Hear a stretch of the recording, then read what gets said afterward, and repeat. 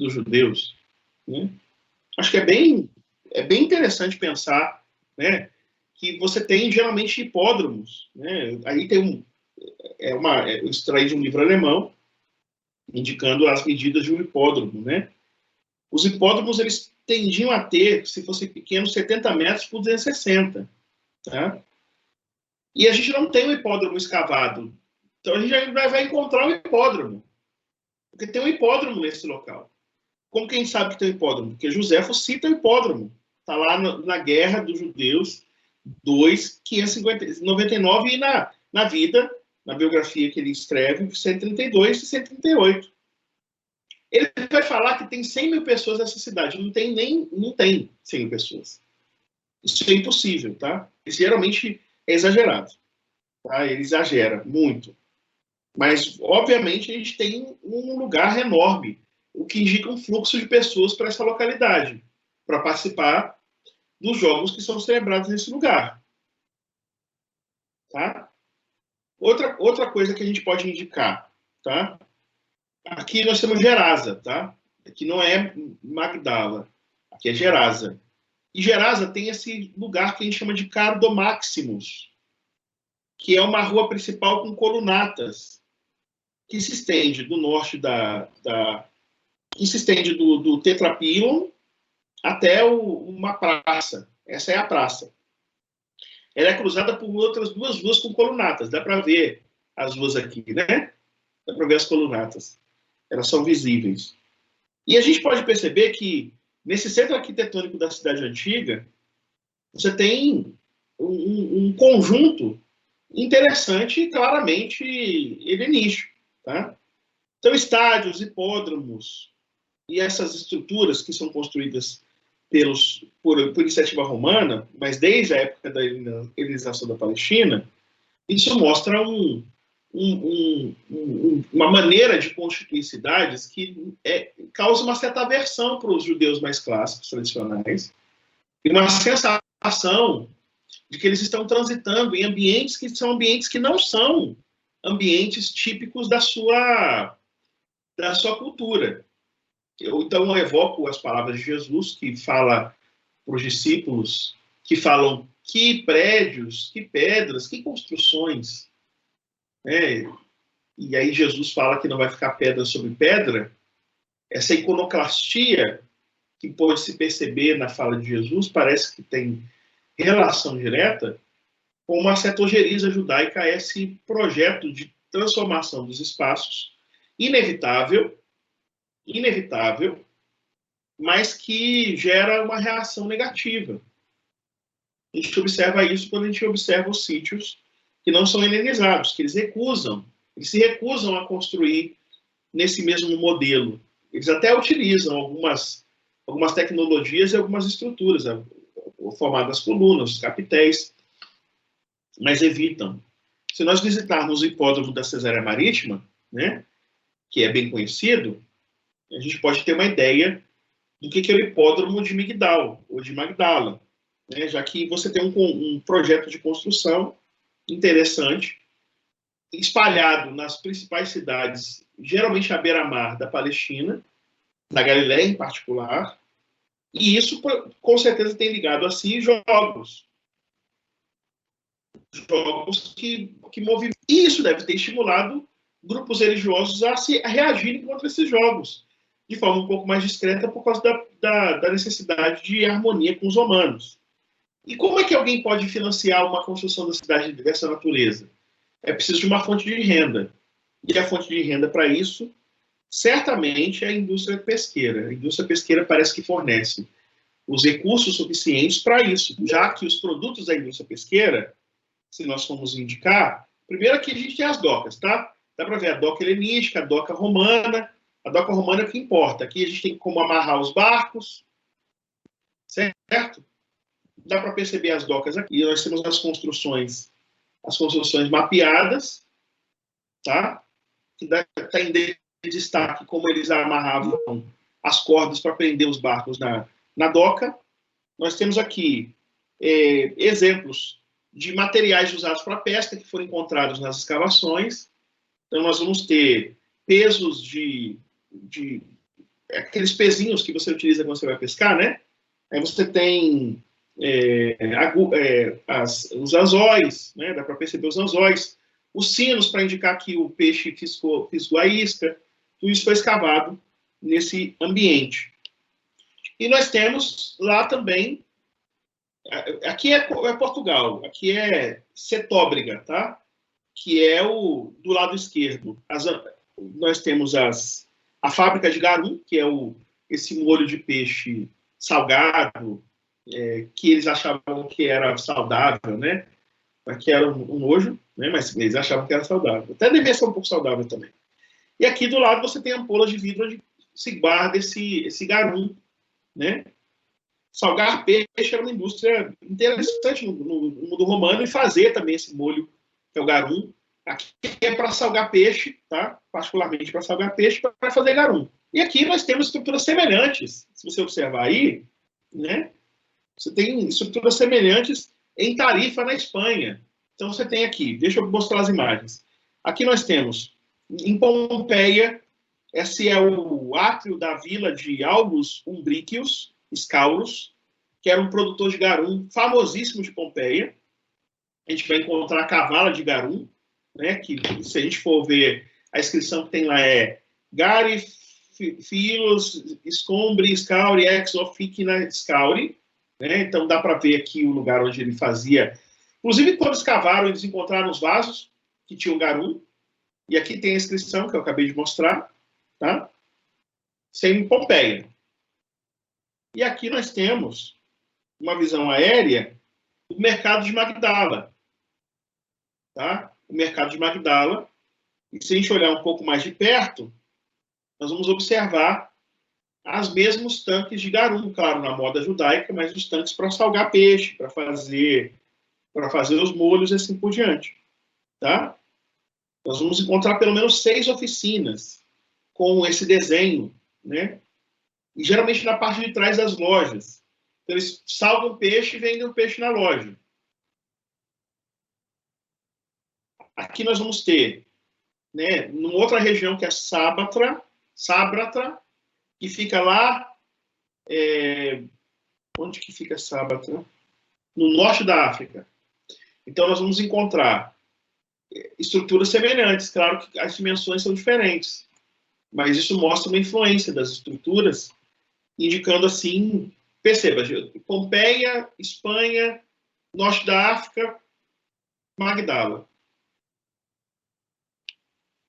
Outra coisa que a gente pode identificar, né, quando a gente vai na trilha do Sinédrio, a gente vai observar em Tiberíades essa presença da estrutura religiosa para tomar banho, né? Mas não tem a água do mesmo esquema, né, que a gente viu lá naquele espaço. É um pouco diferente. Eu quero indicar outras coisinhas, tá? A gente vai encontrar nas áreas residenciais de Magdala, aqui nós temos casas, tá? Vamos encontrar casas enormes. A mais suntuosa delas é a Casa de Dados, tá? Casa de Dados. Porque foi encontrado dados na sala, onde também foi encontrado um mosaico no chão, tá? E tem 4 piscinas escalonadas, com mikvaot, e a casa tem muita qualidade. Então, tinha mansão nessa região. Para vocês terem uma ideia, a Casa de Dados, ela tinha, salvo engano, 17 quartos. Tá? É mansão isso aqui. Nós vamos encontrar também, a gente pensar nos evangelhos, só para indicar esse relevo que está aí, não é de Magdala não, tá? É de Roma. Mas em Roma, no século III. Aí nós temos Lázaro,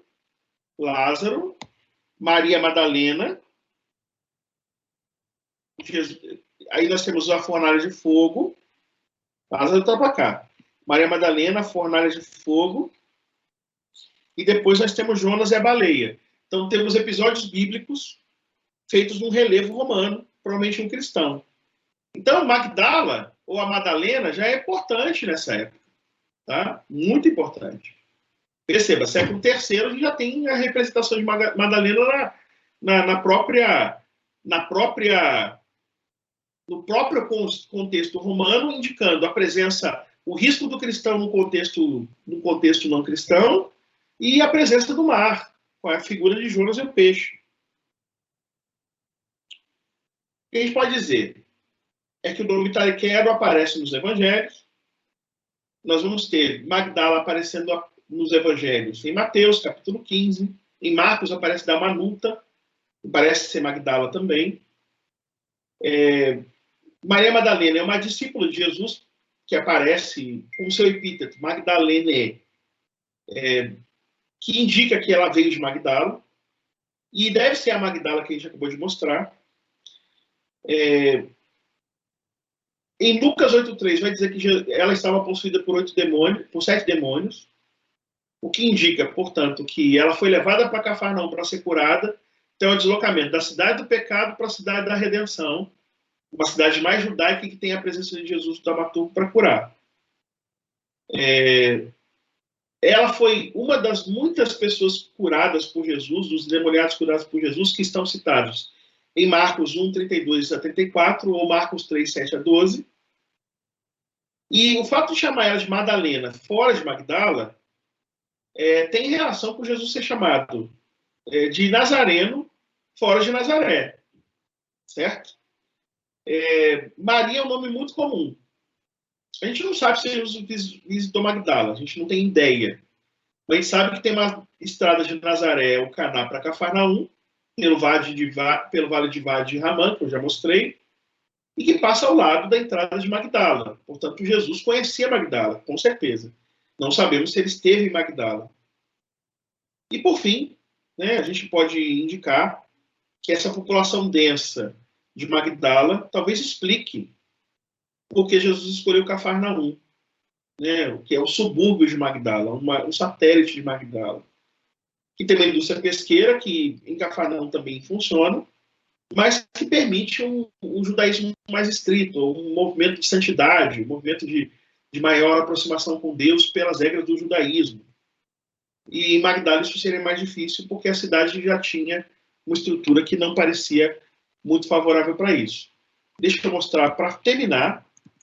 Aliás, eu vou terminar aqui. Eu não tenho imagens do lugar 1.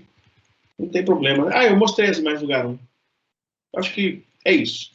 Consegui terminar. Obrigado, gente. Eu agradeço muito a escuta generosa de vocês e estou à disposição se vocês tiverem alguma pergunta. Tá bom?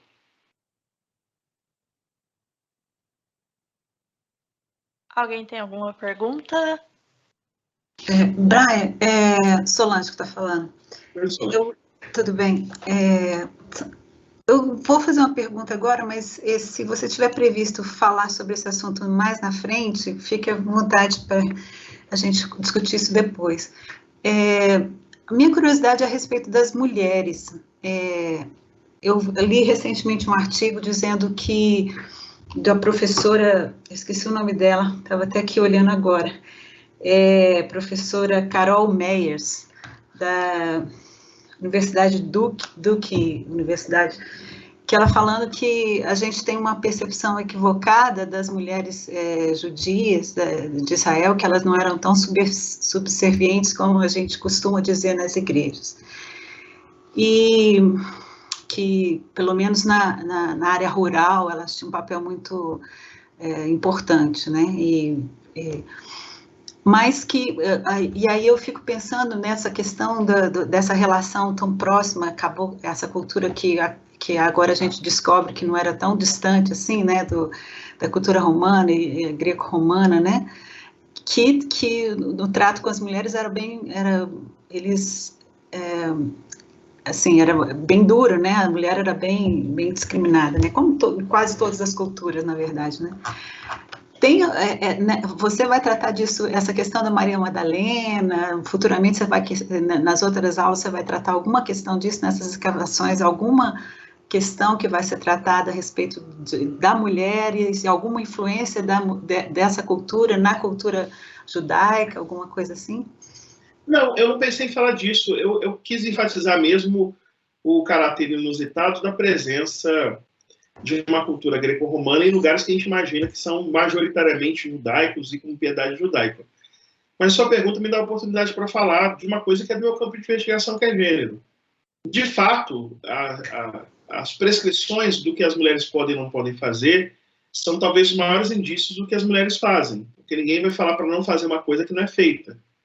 Então, os evangelhos, eles têm, quando eles mostram mulheres indo até Jesus e dando suporte, ou dando suporte para o movimento de Jesus, essa frase, dar suporte para o movimento de Jesus, é uma perspectiva do nosso olhar, o olhar que é devedor ao patriarcado, que é devedor ao androcentrismo. Na verdade, nos momentos chaves do cristianismo, foram as mulheres que fizeram com que o cristianismo pudesse existir. E isso é tão presente no Novo Testamento que a gente vai perceber em vários personagens femininos que aparecem eventualmente e que são personagens de articulação e transformação. Então vamos destacar, começando por Madalena. Tá? É Madalena que permite explicar a possibilidade de acesso e transformação de Magdala. Da mesma forma que o Gerazeno é quem permite explicar a transformação de Gerasa. Você percebe que, de vez em quando, os evangelhos evocam alguma pessoa de uma localidade muito radicalmente envolvida numa determinada prática e que Jesus interfere nessa vida e essa vida se torna a samaritana em Samaria. Lembra? A samaritana vai em Samaria e anuncia. O jovem de Gerasa em Gerasa. Então, a salvação de Maria Madalena, a transformação dela, é para informar aos que conhecem a tradição, não somos nós, mas aqueles que conheciam as histórias desses personagens anônimos, alguns deles anônimos, como que Magdala teve um movimento cristão, como que Gerasa teve um movimento cristão, como que em Samaria tinha um movimento cristão. Então, essas pequenas sínteses de encontros de Jesus com pessoas de localidades específicas são pistas para a gente entender como o evangelho chegou em determinado local, ou como a mensagem chegou. Aí você percebe que indiscriminadamente podem ser homens ou mulheres. Pode perceber que não tem essa coisa de que se mulher tivesse circulação restrita, acesso restrito aos grupos, pouca influência, não colocaria como vetor para influenciar Samaria uma mulher. Nem um vetor para influenciar Magdala uma mulher. Então essa ideia de que o ministério apostólico, que é de ser enviado para mudar um espaço, é só de homens e só dos homens que Jesus escolheu, isso é uma incompreensão de que todos esses que Jesus encontrou e que foram para suas localidades falar do que Jesus fez por eles, todos eles são apóstolos, no sentido mais talvez importante do termo, porque todos eles são designados para a função de apresentar para suas localidades o que Jesus fez. E para você ter uma ideia como essa coisa do testemunho é importante, lembramos que a chave para isso é João Batista mandando discípulos para perguntar a Jesus quem ele era, e ele manda de volta para dizer o que ele fez. Fala para ele o que eu estou fazendo aqui. Logo, quando as pessoas vão anunciar o que Jesus fez por elas estão ligando pessoas a Jesus, ligando pessoas àquilo que Jesus transforma nos seus contextos de atuação, permitindo que em contextos que Jesus não chegou, as pessoas possam ser tocadas por aquilo que ele pode fazer, ou por aquilo que ele faz. Se a gente não tem discriminação de mulher e homem, a gente está num mundo em que não é um mundo em que mulher fica só em casa, em que mulher não pode circular, ou que mulher só circula no campo. Tá? Não é. É um mundo em que essas reservas para figuras são reservas muito mais apegadas ou ligadas a prescrições rituais que servem para homens ou para mulheres, do que necessariamente para restrição de circulação por gênero. Deixa eu explicar o que eu estou falando. Lembra quando a mulher com fluxo de sangue tocou em Jesus? Bom, Jesus está num lugar público fazendo sua atuação pública, e a mulher pode se encontrar com Jesus e falar e tocar nele. Não parece ter nenhuma restrição de circulação ali feminina que impeça ela de estar ali. Né? A pergunta de Jesus é: por que quem me tocou? Que de mim saiu o poder. Mas não pergunta: o que você está fazendo aqui, mulher, que você devia estar em casa? Então, o olhar da restrição da mulher calada, silenciada, que não pode ter atuação importante. Lembremos a ressurreição. Eu tenho que lembrar mais coisas. Na ressurreição, as emissárias da notícia da ressurreição são mulheres. As testemunhas da ressurreição primeira são mulheres. Essas coisas estão mostrando, claro, no mundo que tem, é muito mais fácil homens transitarem nesse mundo greco-romano, pelas próprias condições sociais e econômicas desse mundo, e políticas desse mundo, e culturais desse mundo. Isso ninguém está negando. Mas o fato de você ter, quando chega na Europa, a primeira pessoa que se converte, vendedora de púrpura, que Paulo fala para ela e ela se torna canal para os outros chegarem. Por que o Evangelho faz... Por que Atos dos Apóstolos faz questão de dizer isso? Da primeira convertida da Europa, mulher. Da primeira vez ressurreição, mulher. Da primeira pregadora de Samaria, mulher. Da primeira pregadora de Magdala, mulher. Por que o texto faz questão de dizer isso? Porque o texto está tentando apontar que, na perspectiva do cristianismo, a restrição a mulheres ela não existe, como existe no contexto cultural mais amplo. Se ela não existe, ela é um dado da cultura, mas não é um dado da restrição cristã ou da restrição do cristianismo. Existe um diálogo de Jesus com essa cultura secundante em que ele, de alguma maneira, rompe com esse estereótipo de que a mulher não pode exercer o ofício. Ele rompe, porque a mulher pode exercer o ofício. Lembremos que na hora de destacar quem estava no cenáculo, tem lá as mulheres. Faz questão de destacar o grupo de mulheres como um grupo significativo na comunidade. Aí eu quero saber de onde que tiram essa maneira de enxergar a mulher, que a mulher desaparece, que a mulher vira... Aí vem os textos de Paulo, sem considerar o contexto greco-romano, e aí começa a inventar que mulher não pode ser pastora, não pode falar, não pode ensinar quando tiver um homem ensinando. Aí não é nem judaísmo, não é nem voltar para o judaísmo. Aí é voltar, sei lá, para as perspectivas mais estritas dos ambientes patriarcais que a Bíblia muitas vezes respeita. Não quer dizer que ela concorde. Os textos bíblicos respeitam ou traduzem, mas não concordam, porque mostra a mulher o tempo todo fugindo disso. É Débora no Antigo Testamento, é a Ana diante do sacerdote Eli. Você percebe que é muito mais do desejo de restringir o corpo feminino desses grupos do que de fato fazer exegese. É muito mais de restringir o corpo feminino nesses grupos do que de fato analisar a vera os textos, analisar os textos vendo o que ele está dizendo. E aí quando se diz, a mulher vai cumprir sua missão de mãe, a mulher fazendo comida e cuidando dos filhos, ela está cumprindo sua missão. Aí você procura na Bíblia essa missão da mulher cozinhando e cuidando de filha e você não encontra, entende? Eu estou procurando até hoje personagens bíblicos, mulheres que são mulheres que a Bíblia elogia porque elas eram boas cozinheiras e boas criadoras de filho. Eu não encontro. Se alguém achar, me digam, porque eu não consigo encontrar. Eu encontro a mulher que teve coragem de, diante do preconceito do seu sogro, foi lá e passou a perna no sogro para poder fazer valer seu direito. Tamar. Eu vejo a mulher que vai se posicionar em favor dos israelitas que vão ser assassinados para estabelecer com isso a possibilidade da cidade romper com a iniquidade que tinha nela. Ou seja, Raabe. Nós temos várias personagens femininas que a virtude dela não é cozinhar, ficar em casa, calada e cuidar de filho. Então, essa machonaria que as pessoas vão construindo, eu não sei de onde eles tiram, entende? Eu não sei de onde eles tiram isso. Na verdade, eles estão tirando da cultura que eles escolheram, que é a cultura androcêntrica, que eles escolheram que tem que ser a majoritária, e eles tentam fazer com que a Bíblia traduza essa cultura androcêntrica. Só que se você pegar a Bíblia e ler um pouco mais de perto, não rola, não funciona. Não é que eu não... se rolasse, eu falaria.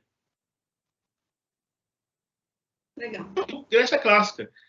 Eu posso dar exemplos de restrição de circulação feminina na Atenas clássica, de controle do corpo, de mulher que não pode receber outras mulheres em casa porque receber é perigoso. Eu trabalhei com isso na minha tese de doutorado, então eu não tenho problema de falar que existe onde existe. Agora, falar que não existe, que existe onde não existe, aí, para mim, só pode ser uma intenção. Aí, a intenção, para mim, eu vou dizer qual é. É controle de mercado. Já está difícil nos mercados que são interessantes para quem atua pastoralmente, que dá grana, já é difícil porque tem gente se estapeando para conseguir a grana do cargo na faculdade, a grana do cargo da igreja, do cargo eclesiástico.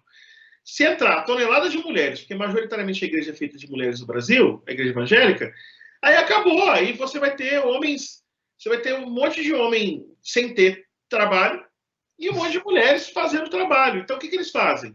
Aí eles confessam, eles dizem assim, se a gente não ocupar nosso lugar, as mulheres vão ocupar. Ou seja, estão confessando, porque eles têm medo de que as mulheres assumam o protagonismo. Brian do céu. Eles têm medo de que as mulheres assumam o protagonismo. É impressionante. Entende? E eu estou falando de boa, assim, eu estou tentando não ser radical, porque eu não sou radical. Traduzir, assim, eu dei vários exemplos bíblicos aqui, né? Vários exemplos bíblicos, mas se no final das contas ninguém quiser se achar que não concordo. Não concordo, eu acho que isso aqui tem que ser assim mesmo, porque eu quero me apegar àquele texto lá. Beleza, faça isso, mas não diga que é Bíblia, entendeu? Não diz que é Bíblia. Ou diz que é só uma parte da Bíblia isolada. Porque o que tem na Bíblia é que nas coisas fundamentais, o homem é quem não entende, quem entende é a mulher. José não entende que tem que aceitar sua esposa, e sua esposa está de boa sabendo que é do Espírito Santo Filho. Os discípulos estão lá tristes dentro da casa e as mulheres estão lá e são as testemunhas da ressurreição.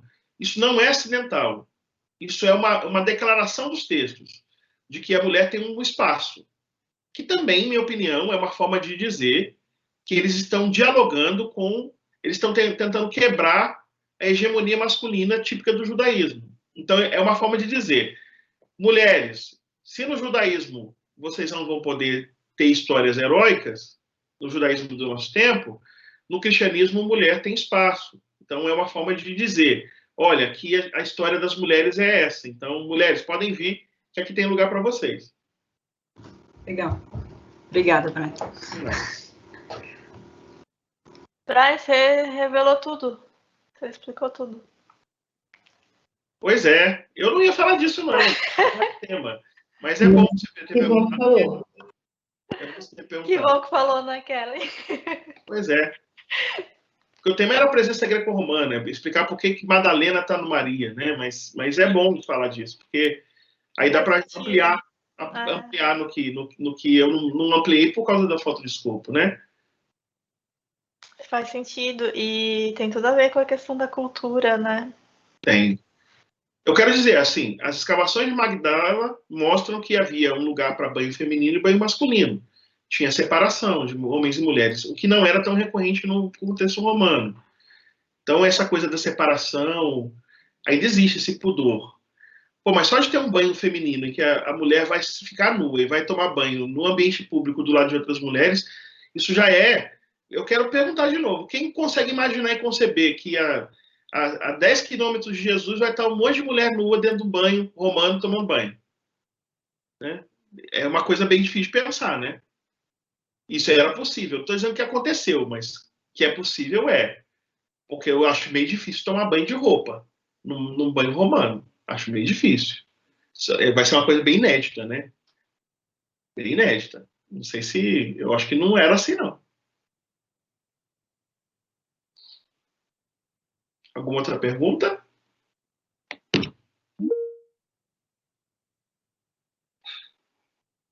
O Luiz Carlos perguntou por texto. Maria Madalena era líder do grupo de discípulos? Não. Não era líder do grupo de discípulos. Essa tradição de que ela era líder do grupo de discípulos é uma tradição posterior e apócrifa, tá? Os evangelhos... Eu vou explicar de onde isso surge. Quando você começa a ter a construção de evangelhos de comunidades majoritárias, as comunidades mais marginalizadas e menos representativas em relação à ligação com o cristianismo palestinense, elas estão no Egito, elas estão na Síria.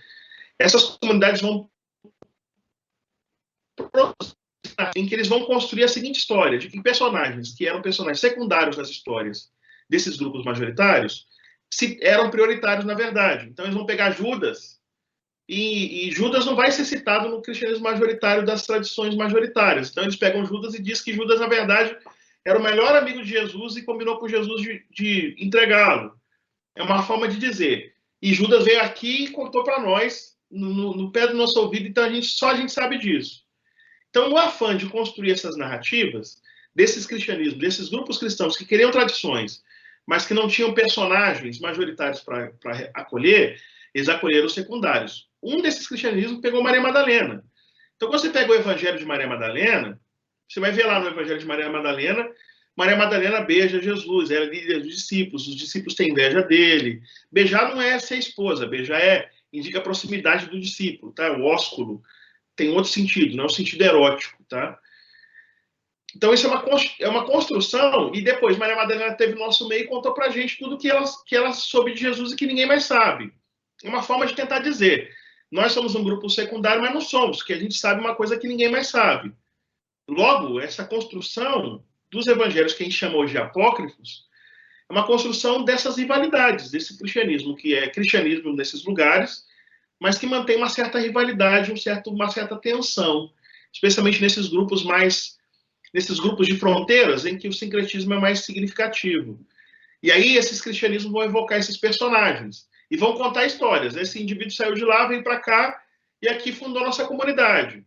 É daí que vai surgir o Tomé que vai para a Índia, aí que vai surgir a Maria que vai para o Egito, aí que vai surgir a Maria que vai para Nice, a Maria Madalena que vai para Gália e depois leva o cálice sagrado. Essas coisas que nós aprendemos dos apócrifos são construções em cima da tentativa de criar tradições alternativas para valorizar comunidades específicas.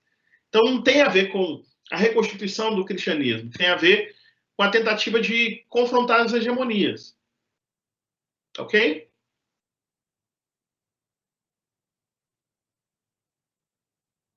Alguma outra questão, gente? Estou aqui à disposição.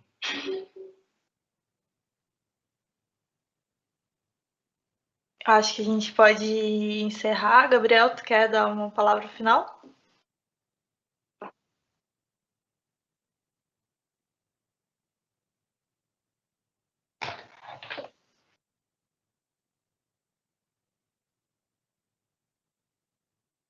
Meu cérebro tá explodindo. Eu comecei, na primeira parte eu tava assim, acho que eu não sei ler a Bíblia. Não, sabe.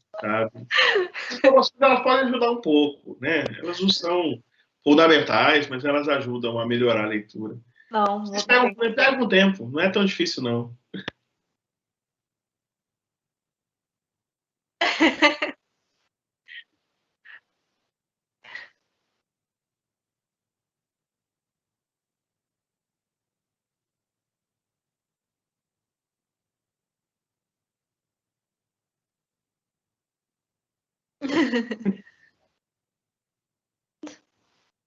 É,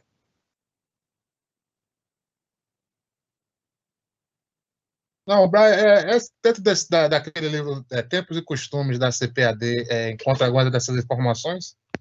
Não, a grande parte do que eu estou trazendo é escavado de 20 anos para cá. O Coleman, que escreveu esse livro, Manual dos Tempos e Costumes Bíblicos, pegou informações secundárias, é aquela coisa de você coleta a informação aqui e acolá e junta para interesse de popularização da pesquisa. Eu acho que a minha atuada é muito mais de pegar os relatórios arqueológicos mais recentes e construir. Você percebe, eu cheguei em 2019, 2020, né? Então, 2020 não tem por causa da pandemia. Mas perceba, até 2019 eu coloquei relatórios de arqueologia aqui, traduzidos de uma forma mais simples. Então, não vai ser difícil encontrar livro que fale disso. Não é porque eu seja exclusivista, não, porque é uma coisa que é estudada num determinado ambiente, mas que demora um tempo para chegar no público comum, entende? Demora um tempo. Nos Estados Unidos deve achar, né? Hã? Em inglês. Em inglês deve achar em inglês, né? Ah, sim. Na A bibliografia, matéria em inglês são muito mais ricos que aqui. na bibliografia que eu mandei, Luiz, tem muita coisa. Tem muita coisa do que eu estou dizendo. Eu vou ainda ampliar essa bibliografia.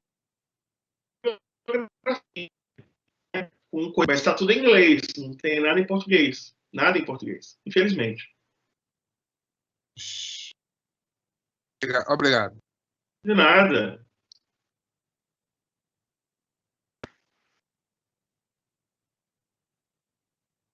Ela já está, se tá você lá. olhar. Se você olhar, na verdade, o guia dessa aula, ela já eu deixei pendente algumas coisas e completei hoje. Aí eu vou mandar essa semana o guia da última aula que vou unir o pedaço da segunda que eu já falei com a terceira. Eu vou falar de romance E aí eu vou apresentar para vocês um texto. Para não assustar vocês, se eu mandar muito texto, vocês ficam assustados. Eu passando aos poucos, slides, os textos. O próximo não vai ter slide, vai ser só texto que eu vou usar o texto bíblico, né?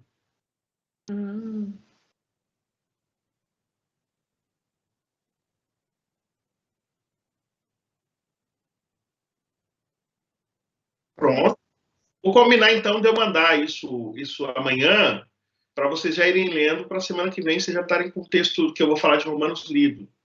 Vou mandar para vocês a coisa da análise retórica, dos elementos retóricos, vou mandar os textos que eu traduzi para essa aula. Tem muito texto de autor, de fórmulas específicas de autores latinos e gregos, do século I, do século II, do século I, do século II, e também de autores mais antigos. Eu mando tudo amanhã, já está pronto.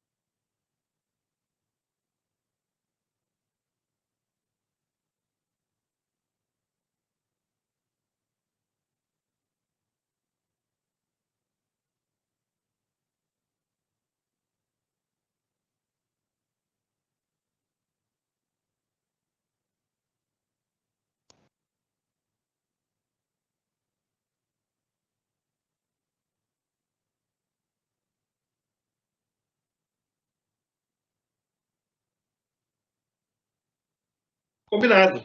Obrigado, gente. Boa noite. Obrigada. Obrigada, Boa Brian. noite. Boa noite. Tchau.